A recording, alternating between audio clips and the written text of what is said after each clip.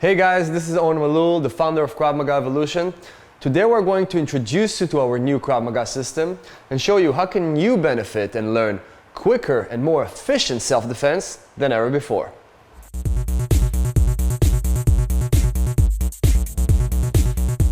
Okay, so let's understand together what is Krav Maga Evolution, what makes it so unique. So let's make it clear.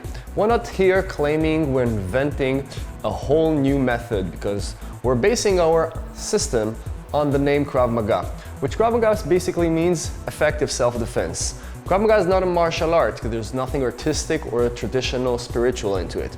It's not a sport. There are no competitions, no rules, no judge, no gloves, no reward. The idea of Krav Maga is to bring you as efficient as possible tools to defend yourself in real-time scenarios. Krav Maga is supposed to be evolving. There's no master or technique that passes from generation to generation. And because it's not a traditional form of martial arts, Krav Maga is supposed always to be evolving in order to bring the best solutions for self-defense. We claim we're taking it one step forward to bring you, once again, the best of yourself, training, being able to defend yourself in real-life scenarios. Let's start. In order for you to understand this unique system, we're gonna invite Leo to join us and started showing you right away some examples to understand this DNA of the system and what makes it so efficient and quick to learn. We're gonna start right away with a couple of examples of classic Krav Maga and showing you how basically we're trying to evolve it and make it better.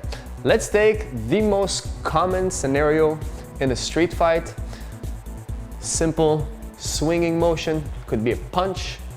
Later on, could be a knife, a bottle of beer. This motion, as we're seeing on the street, those hands that strikes from the outside in are very, very common, and we always see them in the street fight. So we're gonna start by showing you first the common and the traditional defense of Krav Maga that we see out there. Right after, we'll show you how can we make it better. So, Leo, you're the attacker. You're simply gonna strike towards my face, this classic swinging motions, and try basically to punch. Whoa. Okay.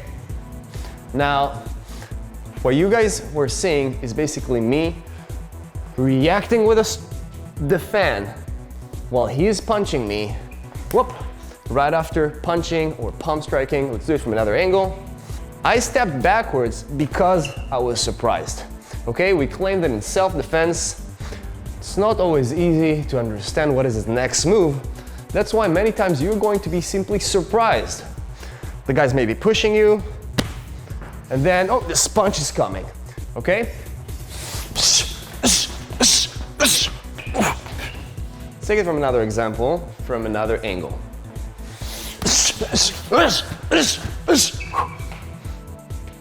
Okay, let's see what happened here.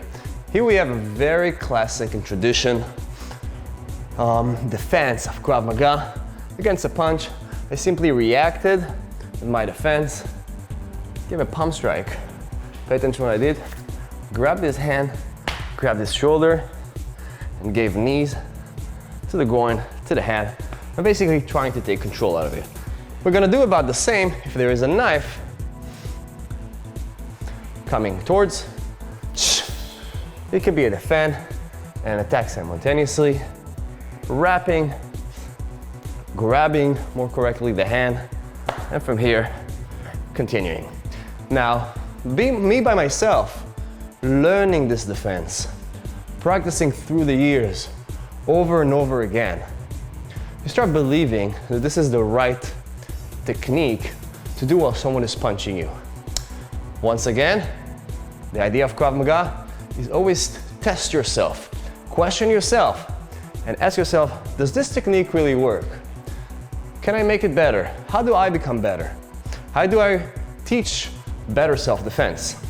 So through the years of teaching, I realized simply through simulations, demonstrations, trainings, that while a person will stab you, and it doesn't matter if it's gonna be a knife or without a knife, and you're attacking, the biggest problem will be going and grabbing the hand. So once again, the defense by itself is completely fine because you have no other way to react with your simple instinctive reaction. Right after, it doesn't matter if you move backward, if you move to the side, yes, you wanna maybe strike or kick. But the problem is the continuation, this grab. Simply because when I'm gonna go and grab Leo's hand that is holding the knife, he's simply going to pull it. That easy. One more problem is while I'm striking, defending and striking, you're not always gonna have what to grab. When I say not always, I use a soft language because simply if you're going really to make contact, there's nothing to grab there. So while you're practicing this defense over and over again, you're basically sometimes giving you kind of faith of something that's not necessarily going to be efficient in real time under pressure. So once again, the defense, yeah, you should perform it. The counterattacks, the big problem is the grab, and it doesn't matter if it's even without a knife, right? If he's punching me, I'm going to try to do a defend and a grab. He's simply gonna pull his hand, because when you're grabbing someone's hand or you're grabbing someone's object, right? If I'm gonna grab your knife, what would you do? Simply pull it. Imagine someone grabbing your phone. Your natural reaction will be to pull it. So the problem is not analyzing basically how my opponent will react and simply expect him to stand there and wait for you to grab his hand without him simply reacting. It doesn't matter if you even striking and punch him and do whatever. Under adrenaline, people react different than in the gym. So now we're gonna dive in and show you our solution and our evolution for this specific technique. So, Leo is going to stab. I'm first going to react with moving backward because I'm surprised, and then later on, do our own technique.